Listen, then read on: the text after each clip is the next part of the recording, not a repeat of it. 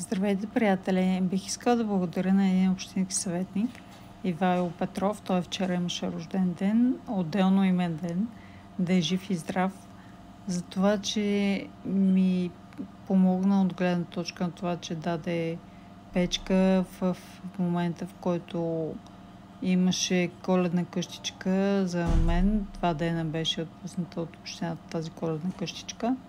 Той предостави печка, за да се топля, защото наистина тези 2 дена, 27 и 28, бяха много студени.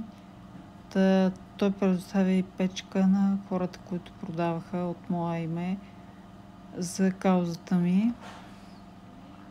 Освен печката, той беше дал и мед, който се продаваше, и паричките съответно отидоха по дарителската сметка.